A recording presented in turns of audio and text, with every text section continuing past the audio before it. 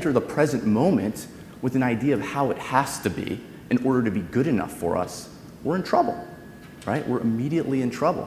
And that goes not just for the expectations of something like that, but even on the things we work on. I mean, if we did something in the past that worked well, and we have the expectation that the way it once worked is going to work today just the same way, that's not always the case, right? You do the right thing, i.e. something that worked well in the past, and you try to do it the wrong time today, and you don't get satisfaction, you don't get the results you want. You often get stress and frustration. So the important thing here is that we have to realize we have to align our mindset with the present moment. We have to be all in it and be more accepting of the present moment in order to make the best of it. And truthfully, like right now, like this could be the best moment of our lives. This could definitely be the best we've ever felt, the most present we've ever been, the most effective we've ever been, the best foot we've ever put forward. And the reason I know that's true is, I mean, it's a cliche, but every moment's a new beginning, right? Like right now, a baby was born. This moment, life begins. And we have got to be able to realize that this moment isn't necessarily attached to all that other stuff. This moment is the moment we can start aligning our values with right where we are. And just hearing Marc talk about this, it pumps me up. You know, this could be the best I've ever felt. Starting now could be the best moment of my life. And so we want to do a little example here, a little exercise to prove how quickly we can change our state of mind. So do you want to do the color exercise? Right. Just how quickly we can change our focus. Like Scott said, you know, with him sitting there with his t-shirts, he was so focused on, you know, Apple. Let's figure out how fast we can change our focus. I want you to look around this room. Okay, look around this room, up, down, left, right, and I want you to look for the color red. Okay, look for the color red. All right, found something? Now I want you to close your eyes and raise your hand if you can tell me all the places you see the color green. All right. I tricked you. Sorry about that. I think I got like one hand in the back. No tricks this time. Really look for green this time. Really look for green this time. No tricks. All right, now close your eyes and raise your hand if you can see a lot more green this time. All right, a lot more hands, obviously. Now, why is that? Seek and you shall find, right? What we focus on, we see more of in our lives. I'm gonna bet that some of you guys saw like different shades too. Maybe a little turquoise over here, a little lime green, and you're like, that's green enough, right? That's green. So, I mean, we see more of the things we're looking for when they're not even there, and that goes for our thoughts as well, right? When we're focused on the red, we don't see the green. When we're focused on the negative, we don't see the positive. We miss everything in the periphery. And it's not to say that everything is wonderful all the time, right? Yes, there's negativity in our lives, there's things we have to deal with. But if that's what we're focused on exclusively, we're missing everything else, right? Our client's in that lane, and he's not noticing the beauty of that moment, of those people laughing, of that baby's cuteness, right? He's not seeing that initially. So we've really got to align those thoughts with the present. Yeah, and it also goes towards how the questions that we are asking ourselves. You know, like when you're in that grocery line, are you saying, why me? Why am I stuck here? Right.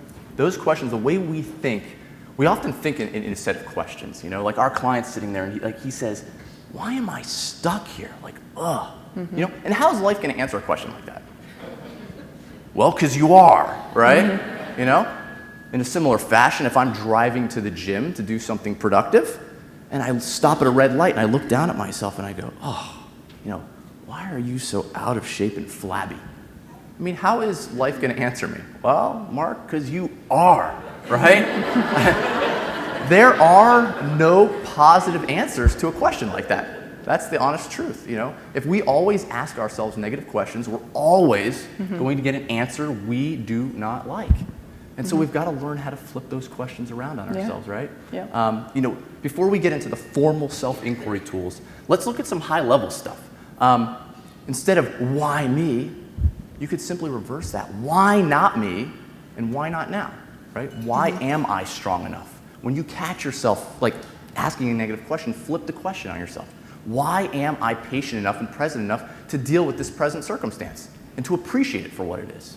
You know, why am I strong enough and diligent enough to get to the gym every day?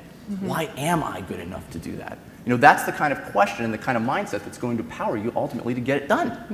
Yeah, and so these are positive questions that you can ask yourself that can keep you in that positive mindset.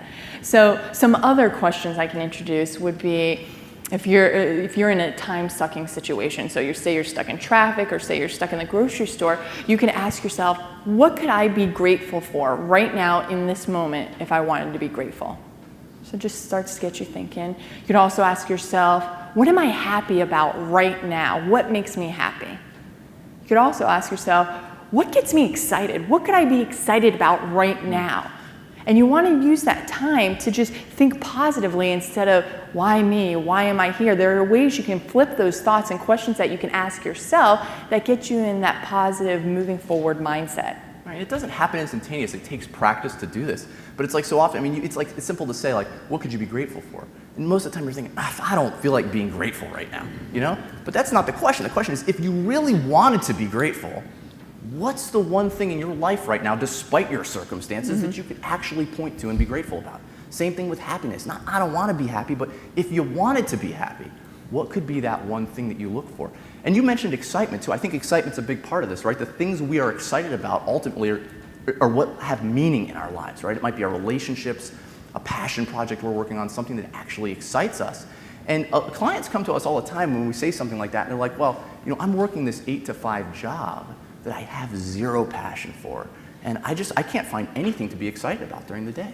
And to that, we have to say, we understand it. Now, it's not to say that you shouldn't take small, diligent steps to get from, that point to a place, that's more aligned with your values, a career that's more aligned with your values, or a position that is.